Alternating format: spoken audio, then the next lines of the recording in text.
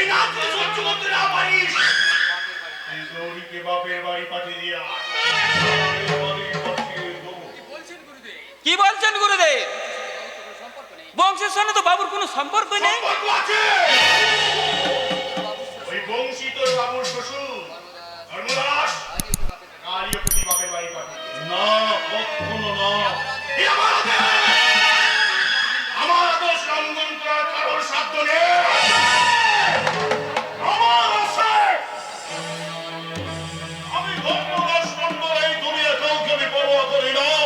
মনে রাখবেন, আমি আপনাকে এই আশ্রমে এনে বসিয়েছিলাম, আমারই টাকায় আমারই লোকজনের সাহায্যে আপনি এই সাম্রাজ্য তৈরি করেছেন। আপনার ক্ষমতা সব খবর আমি কিন্তু রাখি। তাহলে এটা কেন বুঝিস না? গৌরী তো বাপের বাড়িতে